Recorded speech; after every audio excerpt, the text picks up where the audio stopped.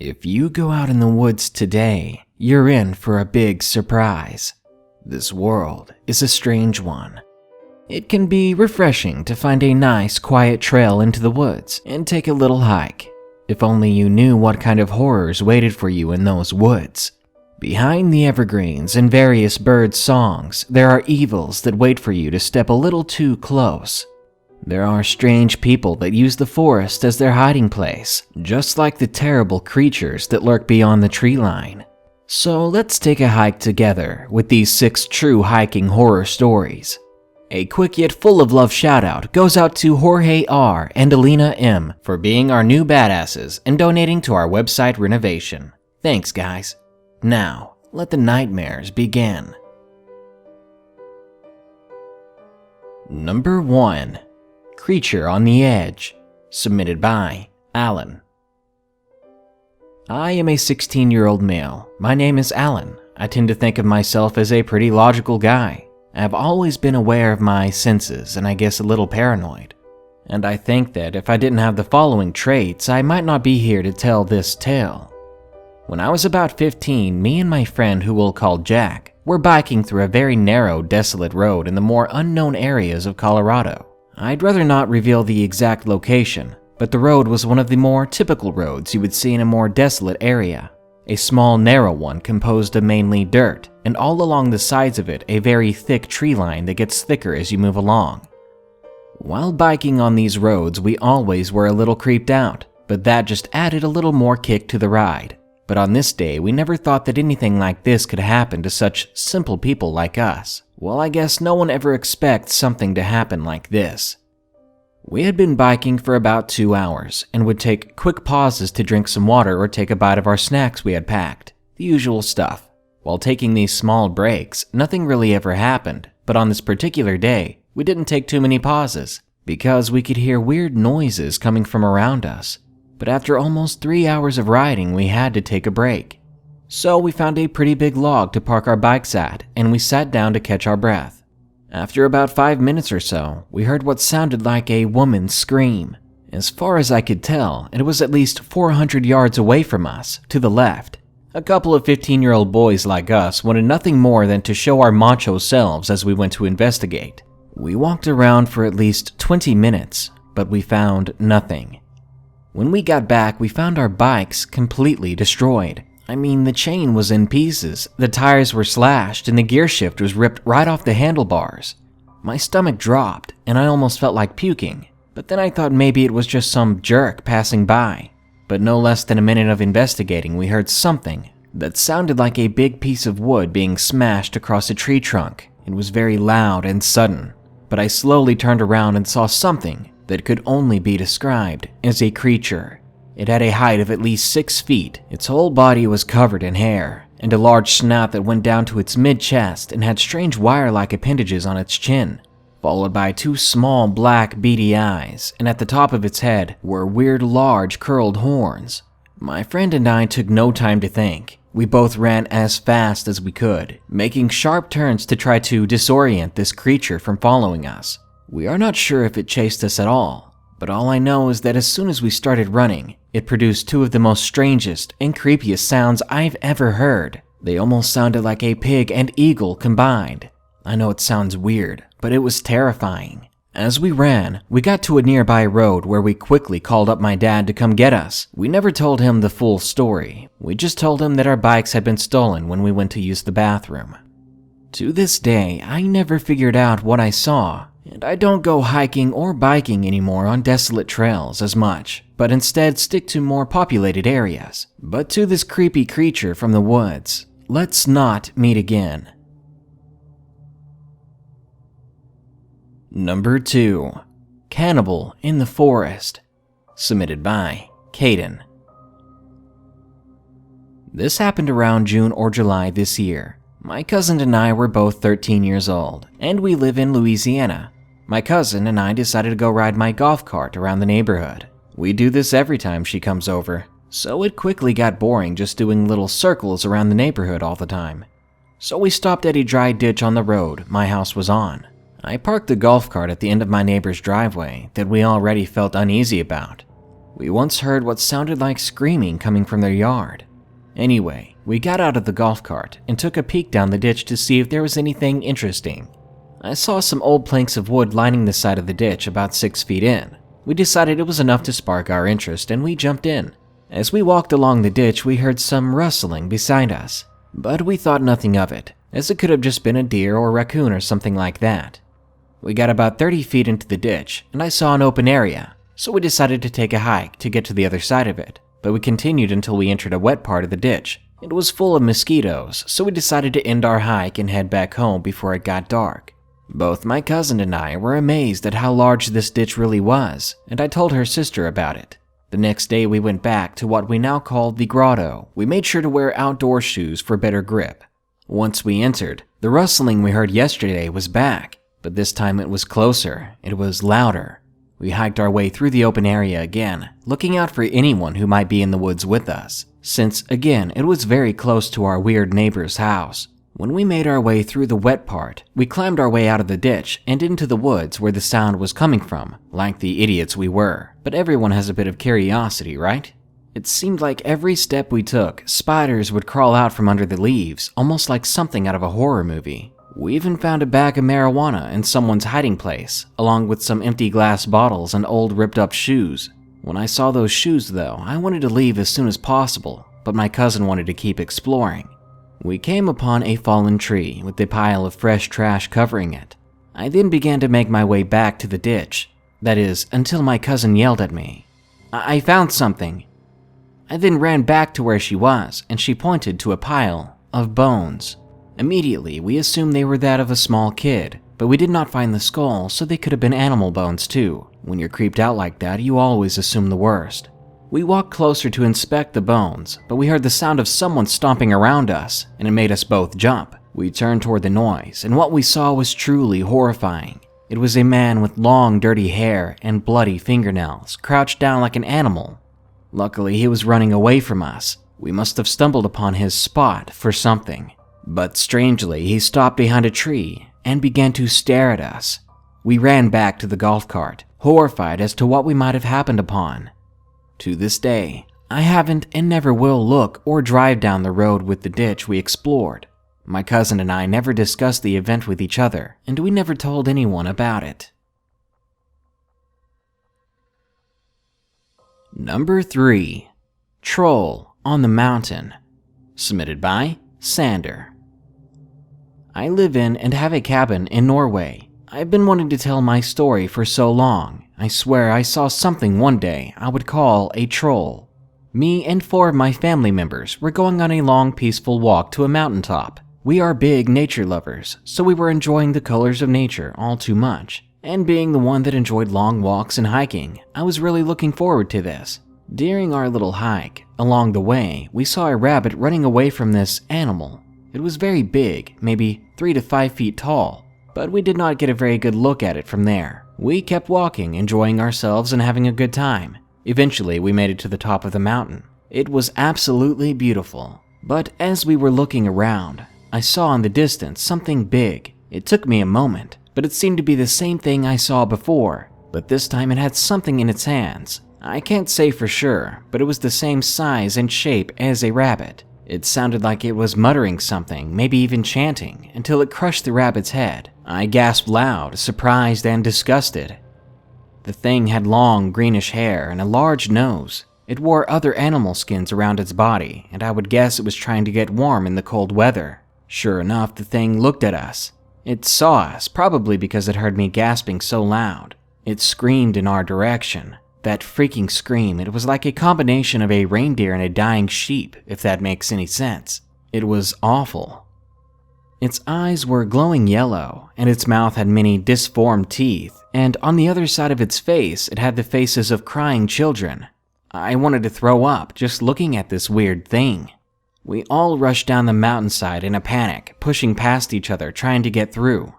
I can say that after that night, I've been pretty spooked, and I swear, every so often I can hear that thing out in the woods screaming and chanting. Remember, whenever you go walking, whether you're going on a mountain trip or hiking alone, you really aren't ever alone. Number 4. The Skinwalker That Followed Us. Submitted by Backwoodsman78. Before I go and tell this story, I want to make sure to all of you listening that these things are real, including this story. Me and my friend had decided to go hunting out in a new spot. This new spot was almost about 4 miles from my house. We were dropped off by my dad just a mile in to sort of reduce the walk, but it still turned out to be a bit of a hike. But luckily, this far out, we wouldn't scare the deer off. It was around 5:20 in the morning when we got in and started walking. But as I looked up and along the tree line, I saw a tall figure standing there. I assumed it was just a configuration of trees and branches. You know, how human eyes make out familiar shapes and things. I didn't say anything to my friend, I just simply assumed it was branches. Not even going 30 yards in front of me, I heard a noise up the steep bank that caught my attention, and as I looked up, I saw something I had only heard of. It had to be about 6'4" or 5", because I'm 6'2". I immediately got behind a tree as I thought to myself, maybe it's just another hunter. But the real dread came when I realized we were right now around 5 miles in from an actual road, and we were nowhere near someone else's property line. I had preloaded a 308 caliber full metal jacket round in my Remington. I told my friend that I did not care who or what it was, but if it came down to it, it was going to be dead. We sat for around 3 minutes, and this thing began to walk down the side of the mountain towards us, seemingly unafraid. I ended up getting a closer look at the thing. It was tall, skinny, and what really gave it away in my mind was that it had this hat on its head. I knew what it was as soon as my eyes hit it. It was the snout and fur of a coyote. Whoever this was wearing the fur of a coyote. My blood ran cold, and so did my trigger finger. I was just completely paralyzed in fear and amazement that this was what me and my friend were really seeing. I didn't wait any longer. I threw up my Remington and shot at it. And as the bullet hit, you could hear this god-awful noise come out of it. I really can't describe it, but it was between a panther and an elk. After that, we hiked back to the nearest road and quickly made our way out of those woods. To this day, I have never returned to that side of the property, nor that road, but me and my friends still do speak about what we saw that morning. I'm not sure what it was or what it was wanting. All I know for sure is that there is no way in hell that that thing was human. Number 5. The Trail. Submitted by HALMOND. It was sometime in August. I decided to go for a hike that would last till about 11 at night. I was a bit nervous for my upcoming exams, and hiking takes off the nerves. There was a parking lot near where I wanted to hike, and as I entered, there were only about 3 cars there, and one was really shaggy looking with dents all over. There was a man, maybe in his 40s, just sitting there, staring at me as I went onto the trail. About a half hour into the hike, I see him taking a different trail, but he stops and stares at me once again. It was starting to get dark. It must have been 9 p.m., and that's when I heard leaves crunching behind me. I turned toward the noise with my flashlight on, and to my surprise, there was no one there. It was getting late. I decided to head back. The parking lot itself was 30 minutes away, so I guess it was time to go. I was getting close to the parking lot entrance when I hear running behind me. I quickly begin running myself and take a peek behind me, and there was that scraggy, dirty man holding a cloth in his hand and some sort of spray bottle. At this point, I am making a mad dash to my car, reaching for my keys to get in as fast as possible, and I did it just in time. This psychotic man reached for the door handle, and I looked at it, jammed the keys into the ignition, and got the hell out of there. In the rearview mirror, I watched as this insane man, ran after my car with no success. I floored it out of there. The last thing I saw in my mirror was him bolting into the woods. I immediately reached for my phone to call 911, and from there on, I have no idea what happened to the guy. I hope that sicko got arrested, or they did something about it. God knows where or who he is, and who else he might have gotten his hands on. And number 6, YUKON Creature, submitted by Sailorman.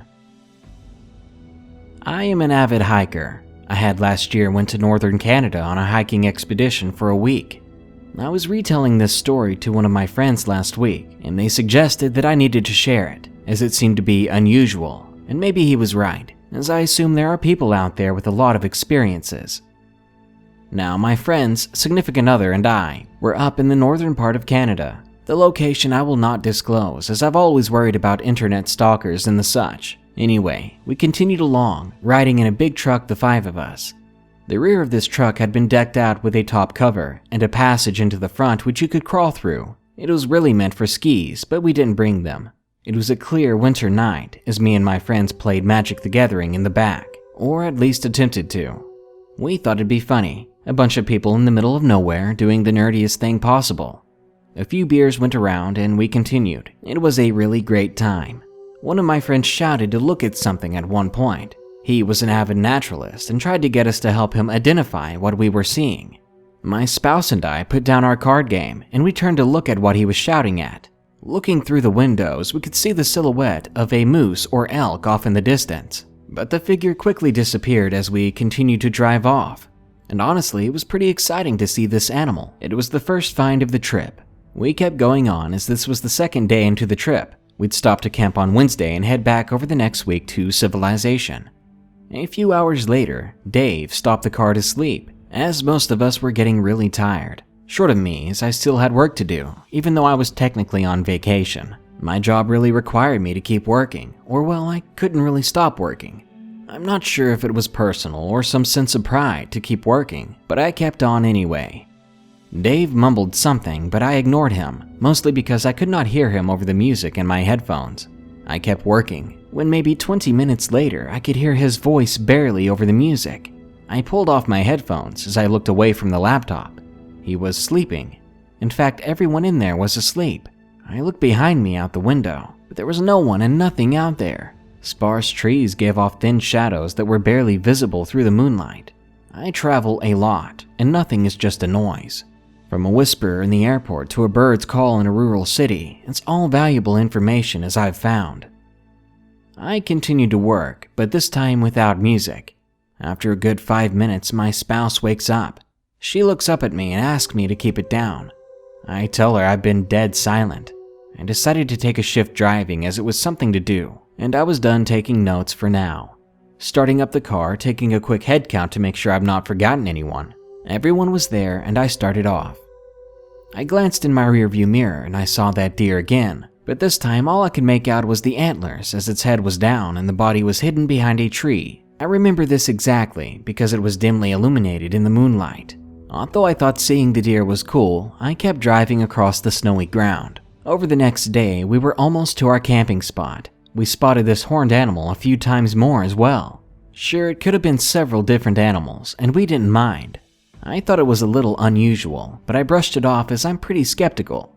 That night, we set up camp, which meant assembling the rooftop tent, a mechanical nightmare that somehow made a tent that attached to the roof of the truck. My friend Dave had built it, as it was his truck and he was more serious about roughing it out there more than we were. My friend stayed in the tent while me and my spouse were given the truck bed, partially out of respect, and partially out of a desire to sleep in the luxurious truck tent. That night, being a little excited, I decided to go for a walk. My spouse, though, exhausted, decided to sleep. I took my machete with me, although the blade was used to cutting down foliage. An occasional pine branch was no issue. After a while, I started to hear my spouse calling my name. I could still see the lights of the truck even out from a distance, so I began to walk back to the truck. But that's when I noticed that the call was coming away from the truck. So I stopped and listened, confused. And I noticed that her voice was exactly the same every time, like the looping of audio. This freaked me out a lot.